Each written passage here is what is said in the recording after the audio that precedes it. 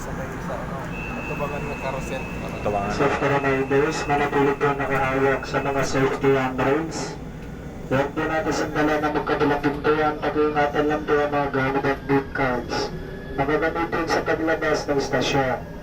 Bigyan na rin po sa upuan mga senior citizen dentist, pinag-iibusap sa mga pasahero na dalang bata.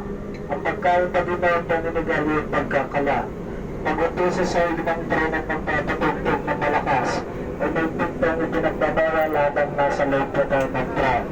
Maraming salamat po next station sa Tala ng Abilis.